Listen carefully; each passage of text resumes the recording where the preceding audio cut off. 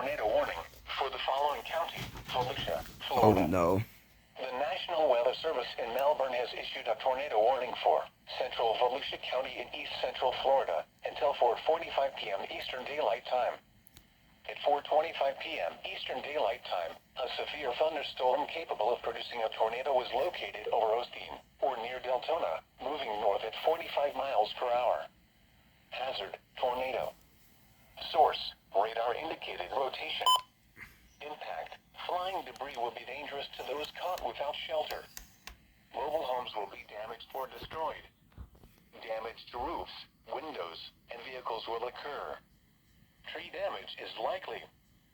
This dangerous storm will be near Deltona to land in Orange City around 4:30 p.m. Eastern Daylight Time. To land airport around 4:40 p.m. Eastern Daylight Time.